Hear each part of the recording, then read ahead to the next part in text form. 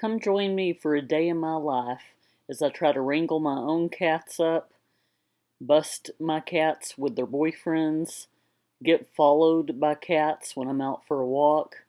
Corey's going to make his famous carnitas, so stick around for that. I'm going to talk about how I continue my health journey while dealing with plantar fasciitis and knee issues, find out what products work, go with me and Hazel to spend the day together out in the sunshine and running some errands. And if you're really lucky, you can watch me do a little bit of Zumba. I hope you're ready for a good laugh. Stick around. Let's get started. B, not this again. Come on. I need you to come down. Come on, kitty, kitty, kitty, kitty, kitty, kitty. Come on, baby. Otis, I'm not going to let you out. You like to chase B off the roof. Come on, baby. Come on, let's do this. Girl. Layla, you cannot help me get B off the roof. You might be the reason she gets up on the roof. Time to get ready for her play date. B finally came down to hang out with her boyfriend Tyrone, who she was hiding behind our trash dumpster. And of course, Otis had to flex and show Tyrone who the boss was. Then Hazel had to come be the peacekeeper. Poor Tyrone had to do the walk of shame. I took a few days off from walking. My plantar fasciitis was just flaring up, and then we had a couple of days of heavy rains, which made it hard to get out. And it feels like starting all over again. I'm probably going to take a break from the weekly updates on my progress on my health journey, simply because I don't know how many results you can really see from week to week. I think it'd be better to do check-in once a month. I have other content that I want to put out, and I don't want to be redundant just every week showing my exercising, walking, the food I'm eating. So I think I'll just maybe check in on this at the end of July. It is so cute. Every time Hazel and I go on a walk, dogs just flock to her. So whether they're in their yard or they're with their owner on a walk, they all come up to her. So I'm going to insert a picture right here. I'm just going to start taking pictures and documenting all the little friends that she makes, with the owner's permission, of course. But I just think it's so cute how going on a walk with her is just making her more social. I'm trying to make her more social out in public, because everywhere we go, she's like an attention magnet. Kids flock to her. Everybody flocks to her. They want to pet her. I mean, she won't bite, but she's like terrified of people and other animals. One thing that we need to remember when we are exercising is to know the difference between pushing ourselves and knowing to listen to our body and know when to stop. If you haven't worked out in a long time and then you go lift weights, you're going to be sore. So with the plantar fasciitis, I think I've had it before, not quite to this extreme. I just started taking it easy, doing other kinds of exercises that don't involve walking as much, kind of doing some stretching, some yoga, some Pilates. I'm going to show you when I get home all the different devices that I bought for my plantar fasciitis and let you know if they worked. That squirrel looks like he's up to no good. Just wondering why Hazel kept looking over her shoulder when we were walking. We're being followed. First the squirrel, now the cat. I'm starting to get paranoid. Another cool thing about being out this early is you get first dibs on the heavy trash days. Look at this. This isn't much, just a couple of tin muffin pans, a couple of suitcases that look a little worn, a hamper. But you should see some of the crazy things I've collected, some of the awesome furniture pieces that I've gotten. I will be sure to leave those videos in the description box below, because it's been crazy. There's been some tables, butcher blocks, sets of drawers. We got a kitchen table, secretary desk that was really nice. I like to give Hazel a little treat when we come back from our walk. I get this Fresh Pet. It comes in a tube, kind of similar to ground beef, and you can find it on your pet aisle at the grocery store in the refrigerated section. I like to just break it up in little pieces. As you can see, she devours it the second it hits the bowl, and she really enjoys it. That tube is about $7 and lasts about 3 weeks.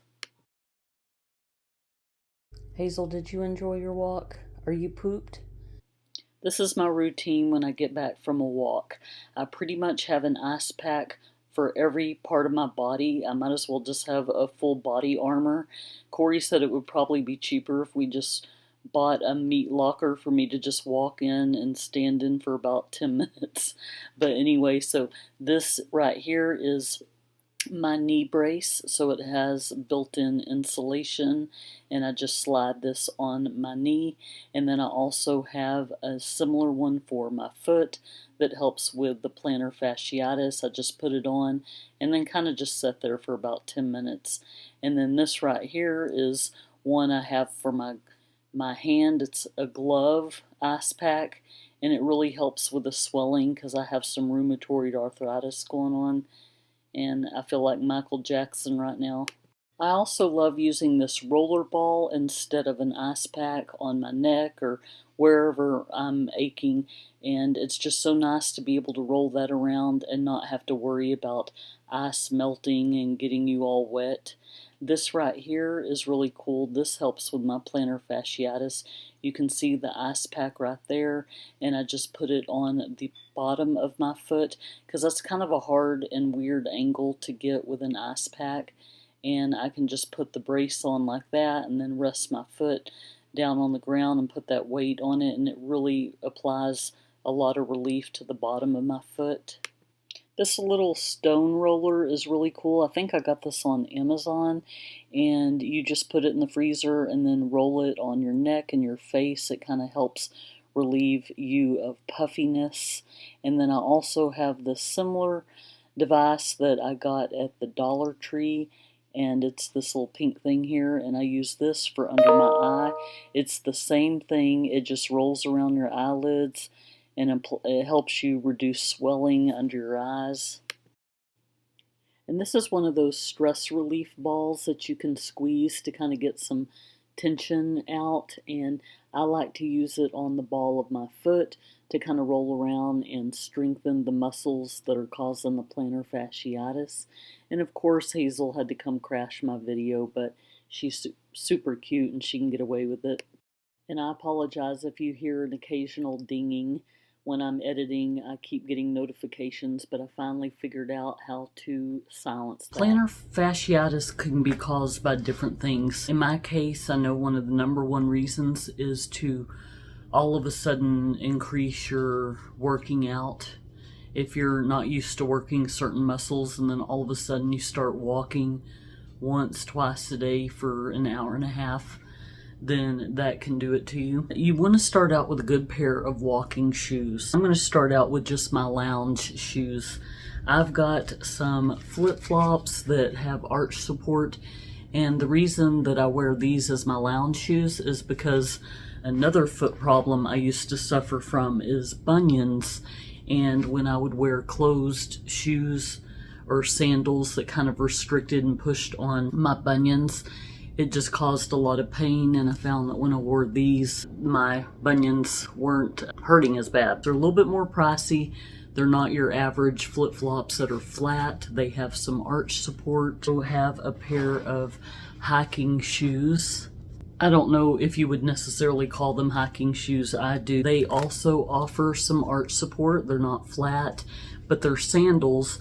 So even if my bunions are bothering me, I can just adjust the strap, make them a little bit more loose. Now I'm wondering if my plantar fasciitis will also flare up from wearing flip-flops, because even though these offer arch support, think about it, every time you take a step, you're not really offering stability to the sole of your shoe. You're just kind of collapsing your foot each time you take a step. Now my walking shoes have seen better days. They're definitely getting some wear and tear, but I like this Vionic brand because it offers wide toe area for my bunions. So if I'm walking and my feet start kind of expanding like canned biscuit dough or something, when you open a can of biscuit dough and it expands, this just does not compress against my feet when I walk. I also have these arch supports in them from the last time I saw my podiatrist, which it's been about 5 years. Honestly, looking at that, it does not look like it offers that much support. So I'm probably due to go see if my arches have changed any, but that's what I wear for now. And then you can buy over-the-counter arch support as well. Now, let me show you my last pair of shoes, if you want to call them that. I just noticed little Hazel sitting right here. She blends in with this blanket. Hazy, are you just hanging out with me? These sandals, you gotta look close at them. You see all those beads? These are supposed to hit all your pressure points. Honestly, it feels like walking on gravel, and it's definitely not comfortable when you're having feet pain. It's one of those shoes that you have to kind of work your way up to wearing. Like, when I started wearing them, I couldn't do more than 30 seconds at a time. I can actually go a really, really long time with wearing these if I'm just standing. Like, sometimes if I'm just standing doing dishes, I can wear them with standing, but trying to walk, that's like a whole nother level of pain. You have to have a high tolerance for pain, which I'm assuming if you suffer from plantar fasciitis, you probably do suffer from high tolerance of pain. Over time, these are supposed to get easier to wear, and they're, like I said, they're supposed to hit all your pressure points. Let me show you. If you can see, let me show you a side view. See that?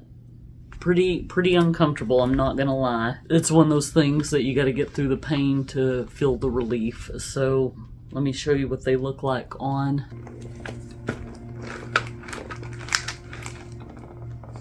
Okay, let's see how far I can walk. It is definitely not comfortable.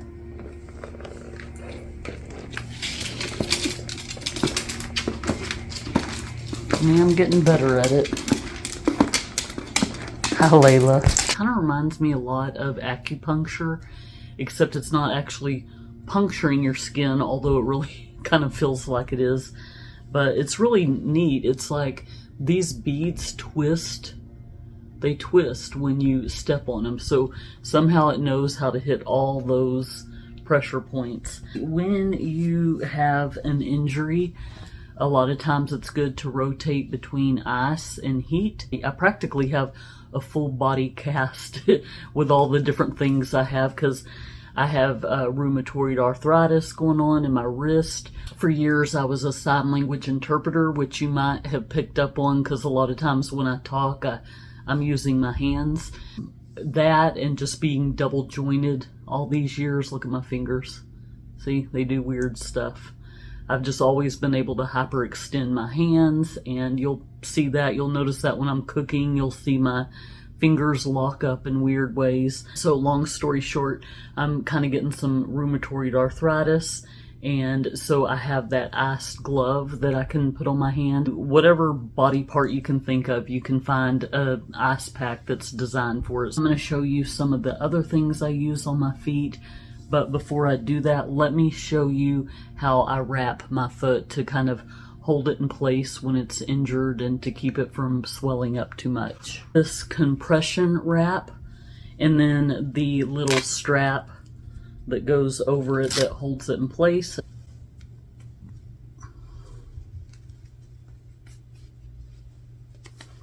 You're going to step onto the strap, and then you're going to kind of make an X across the front, and then meet in the back. A while back when I was having all the problems with my bunions, my mom gave me a pair of these socks that are also compression socks. They spread your toes out and kind of offer you bunion relief. So let me show you how these work. That looks funny, but it's supposed to align your toes. give some relief to your bunions. I forgot the name of this. It's a muscle stimulator, and you have these little sticky things that you put on whatever muscle is bothering you, and then you turn on this device. You can do your neck, your shoulder, back, elbow, hip, ankle, knee, foot, hand. You can choose to knead or to tap. It's basically like a simulator for giving you a massage. I think it helps because I already have something on my foot right now. For demonstration purposes, I'm going to put this on my neck because I have chronic neck issues as well. You just hook the two little stickers onto your muscles, and then you can choose the intensity. I'm going to turn it on, choose my intensity. See, I'm not doing this by myself. This is this is what it'll do. It'll start jacking with your muscles. You know how when a doctor hits your knee or something and it makes you kick? Yeah, this one's pretty intense. But anyway, you can do this on your foot too, on your plantar fasciitis. I love this thing. Okay, so I went ahead and decided to do this on my foot. After all, my heel is kind of bothering me. But just watch my big toe. See how it moves? I'm not doing that. That's weird. I also really believe that my CBD hemp cream really works well too. When I put it on my sore muscles, I've been putting this on my foot at night when I'm done walking around for the evening and I get in bed. I put it on and it completely relaxes my foot. So I like this a lot too. I can't remember where we got it. Corey got this. I don't know if he got it on Amazon or somewhere else, but I'll try to find out and leave a link to some of these things in the description box below. If you see that device right there, I'll go ahead and show you how that works too. That's not for my feet, it's for my neck, but I swear by this thing. You can just set it to whatever level. This, when it's red like that, that's the heat option, which I always choose. You can pull it closer to you to really do like a deep tissue massage. I swear by this thing. I could literally lay here all day. The next thing I want to show you is this massage gun. It comes with multiple heads. It is wireless. You can just plug it in to charge it. It has different settings, and my daughter uses this when she gets back pain, and I use it for my neck pain. But you want to be careful when you're using it on your neck to turn it sideways. Otherwise, it's kind of like it's giving you whiplash. See how I'm turning it sideways right here? So it's just a multi-purpose device. I love it so much. The next thing I want to show you is my foot massager. I don't know if you're supposed to stand on it. I just kind of keep it at the tip of my recliner, and then I sit forward and put as much weight as I possibly can. You can see where the massagers are. There are different settings. You can turn the intensity up. You can turn heat on or off. It is really a neat device, and it makes my feet feel so good. This was definitely a purchase that I do not regret. B was freaking out by the massager because it sounds like a cat meowing. With plantar fasciitis, I have learned that there is a connection between tight calf muscles, so I'm trying really hard to stretch my toes and extend my calf muscles. I also do these exercises on the edge of my steps where my heels are kind of hanging off, and I'm doing a stretch that way. And then I'm also trying to just take some of the weight off of my feet as when I go walking daily, and just kind of start stretching out my knees a little bit more with this device that I got on a Black Friday sale for a couple $100. It's really helped me out a great deal. And this Pilates ring is multifunctional. I can use it to kind of work on my upper arm strength, and then as you saw earlier, I was using it to stretch my calf muscles over my foot. There's a bunch of different ways to use this to tone muscles.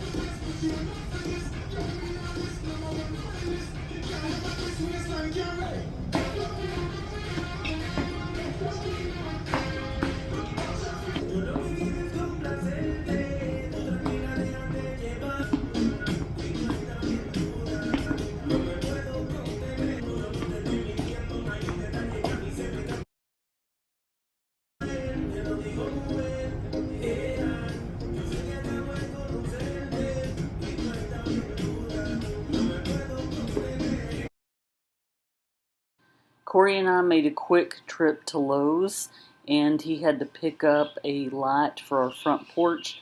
I had no idea they had these lockers where you walk up and there's like a kiosk that you enter a code or your name, and then it pops open the locker and it's right there at the front. It makes things so convenient.